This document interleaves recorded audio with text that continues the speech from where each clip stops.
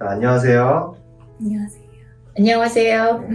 짧게 소개 한번 부탁드릴게요. 예, 안녕하세요. 저는 이대목동병원 산부인과 의사이면서 태아알코올 증후군 예방연구소의 소장 김영주입니다. 안녕하세요. 저는 태알코올 증후군 예방연구소 연구원이자 태알코올 증후군 가정과 지역사회를 위한 가이드 책의 번역자 오서연입니다. 태아 알코올 증후군에 대한 심각성을 알리고 싶어 하시고 예방교육에 힘쓰시는 걸로 알고 있는데 이 증후군에 대한 연구를 하게 된 동기와 태아 알코올 증후군의 개념에 대해서 설명해 주실 수 있나요? 네, 저는 2001년도부터 지금까지 태아 프로그래밍에 대해서 연구를 하고 있었습니다. 태아 프로그래밍이라는 것은 임산부가 좋지 않은 환경, 즉 알코올이나 담배, 마약 등에 노출이 되면 그를 접한 태아가 성인이 되었을 때 대사질환이나 선천성 기형 같은 여러 가지 질환에 노출이 되는 것을 이야기합니다. 그러면서 2, 3년 전부터 한국기독여자절제회에 대한기독여자절제회에 김정주 회장님과 함께 태아 알코올 증후군에 대해서 자연스럽게 관심을 갖게 되어 예방연구소를 설립하게 되었습니다.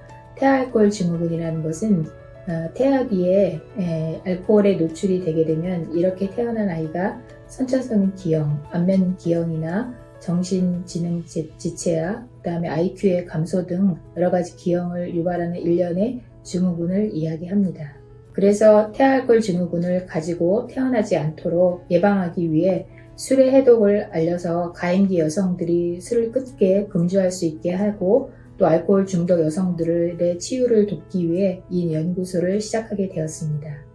그럼 임신한 다음에만 술을 조심하면 되는 건가요? 꼭 그렇지는 않습니다. 우리가 임신을 했다는 사실을 모르는 경우도 있기 때문에 임신 전부터 금주를 하는 것이 좋고 특히 여자뿐만 아니라 남자의 경우에도 알코올에 의해서 정자 활동성 등이 감소되기 때문에 남자, 여자 모두 금주를 해야 합니다. 알코올은 유전자 변형을 하는 그런 요인이 될 수 있기 때문에 금주를 하는 것이 좋겠습니다. 그렇다면 임신하기 최소 몇 개월 전부터 금주를 해야 될까요?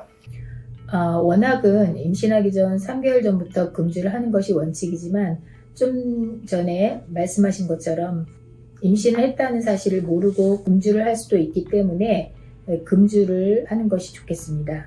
한국에서도 이런 케이스가 발견이 되고 있나요? 혹시 있다면 어느 정도일까요? 우리나라의 경우에는 매년 30만 명 정도의 신생아가 태어납니다. 그 중에 한 1% 정도가 태아 알코올 증후군을 가지고 있다고 하는데요. 특히 고아원 같은 경우에는 20% 이상까지도 태아 알코올 증후군을 가지고 있을 수 있습니다.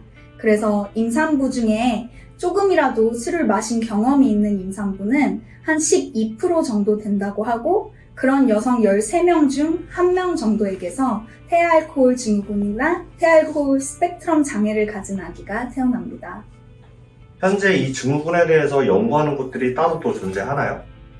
아닙니다. 저희 태아 알코올 증후군 예방연구소는 아시아 최초로 작년에 설립된 곳으로서 저희는 교육팀, 연구팀, 진료팀으로 나누어서 태아 알코올 예방에 힘쓰고 있습니다.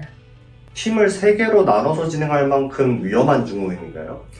태아 알코올 예방증후군 연구소에서 하는 태아 알코올의 예방은 100% 완전히 예방이 가능한 질환입니다. 이러한 태아 알코올 증후군이 생기게 되면 그 태어난 아이는 과잉 행동 장애나 주의집중 이상 또는 지능이 60점 이하로 떨어지는 그런 양상, 얼굴 모양이 이상한 안면 기형 등을 유발할 수 있기 때문에 또한 그 평균 사망하는 나이가 34세이고 일반인에 비해서 자살할 확률이 5배 이상 높기 때문에 굉장히 위험한 질환이라고 생각할 수 있겠습니다. 다른 장애와 그 증상이 비슷하기 때문에 엄마의 그 알코올의 기억력을 알지 못하면 진단이 어려운 경우에 해당을 합니다.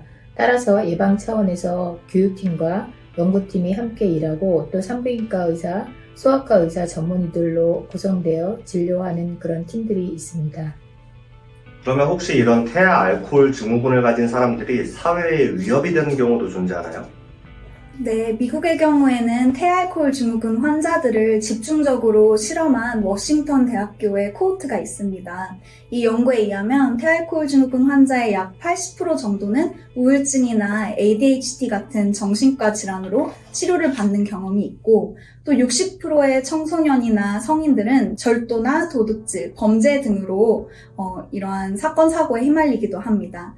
그리고 마지막으로 약 12에서 20% 정도는 알코올이나 약물로 인해 수용시설에 입원하는 경험이 있다고 합니다. 그러면 혹시 임신한 사실을 모르고 음주한 산모들은 어떻게 대처해야 될까요?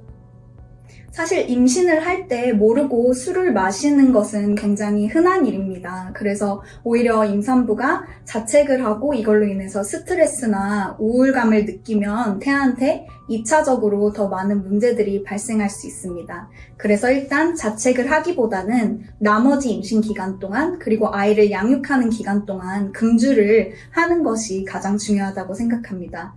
또 연구 결과 임신 1분기에는 음주를 마실 경우에 태알코올 증후군 아기를 낳을 확률이 5배 정도 증가를 합니다. 반면에 임신 1분기, 2분기, 3분기 동안 전체적으로 계속 음주를 할 경우에는 태알코올 증후군을 가지고 있는 아기를 낳을 확률이 65배 이상 증가합니다. 따라서 임신을 준비하고 있는 가임기 여성이나 남성은 반드시 금주를 하는 것이 가장 이상적입니다. 그러면 혹시 소주나 맥주 한 잔 정도는 괜찮지 않을까요?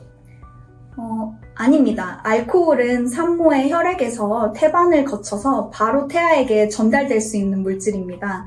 따라서 태아는 일반 성인들이 성숙해진 상태에서 알코올 성분을 소화할 수 있는 반면에 아직 그런 장기들이 미성숙한 상태여서 태아의 경우에는 한 잔에 소주나 맥주 이러한 알코올이 들어간 음료를 마실 경우에 분해를 하는 효소가 없기도 하고 태아의 발달에 심각한 영향을 미칠 수 있습니다.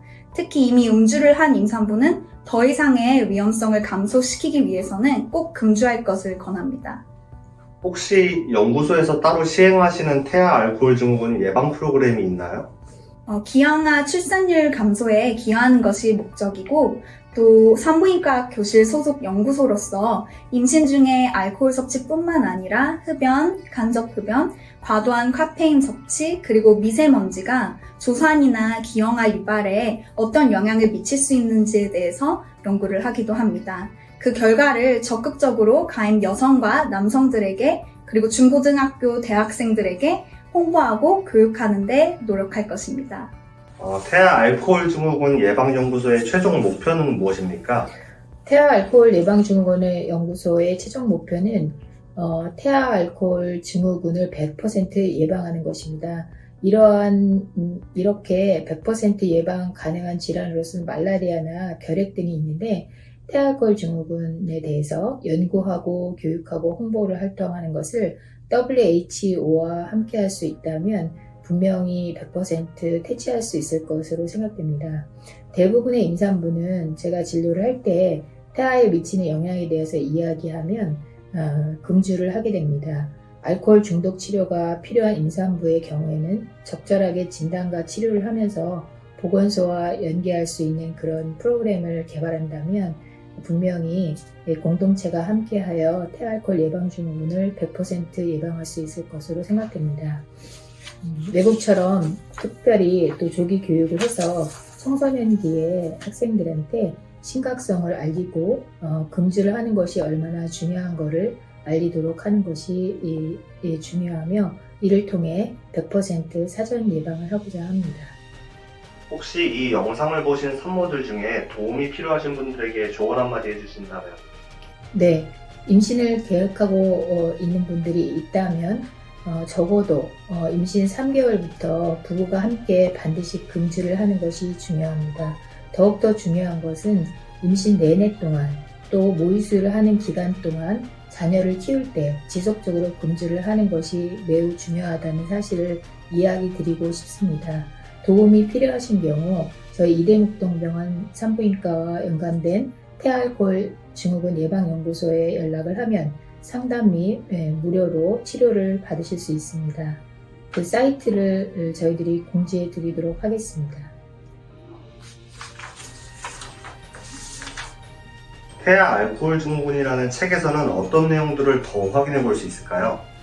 네, 태아알코올 증후군과 가족과 지역 사회를 위한 가이드라는 책은 워싱턴 대학교의 앤 스트라이스부스 박사가 작성한 책이고, 이 책을 제가 영어에서 한국어로 번역을 했습니다. 그래서 더 상세한 진단법과 증상들, 그리고 예방 프로그램을 확인할 수 있고, 또 이미 우리 사회에는 태아알코올 증후군을 가지고 있는 환자들이 힘겹게 살아가고 있습니다. 그래서 어떻게 가정과 지역 사회, 그리고 학교가 공동체로서 이들을 사랑하고 도와줄 수 있는지에 대해 연구하고 실천하도록 알리는 책입니다. FAS가 뭐의 약자죠? Fetal Alcohol Syndrome, 태아알코올 증후군의 약자입니다.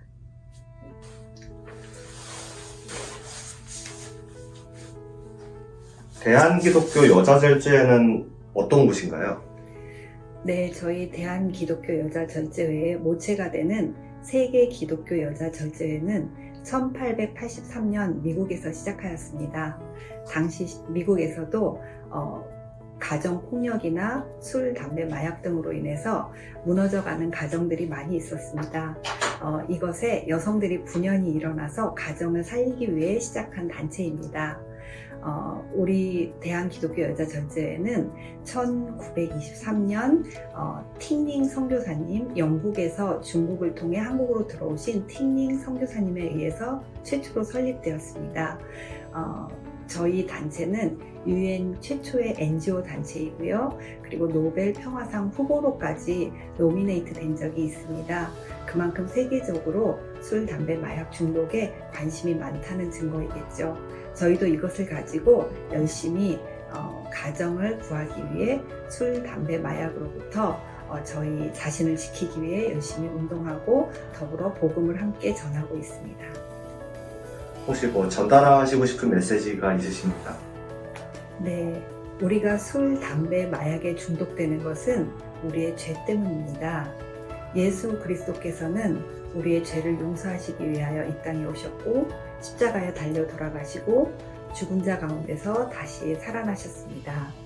하나님께서는 성령을 우리에게 보내셔서 우리의 죄를 용서하시고 죽음과 사망 가운데 죄와 죽음의 권세를 이기게 하셨습니다. 성령의 능력으로 술, 담배, 마약의 중독을 넉넉히 이길 수 있습니다. 태아알코올 증후군도 마찬가지입니다. 태아알코올 증후군을 예방하는 유일한 길은 성령의 선물로 절제하는 능력을 받아서 중독을 이기는 바로 그것입니다.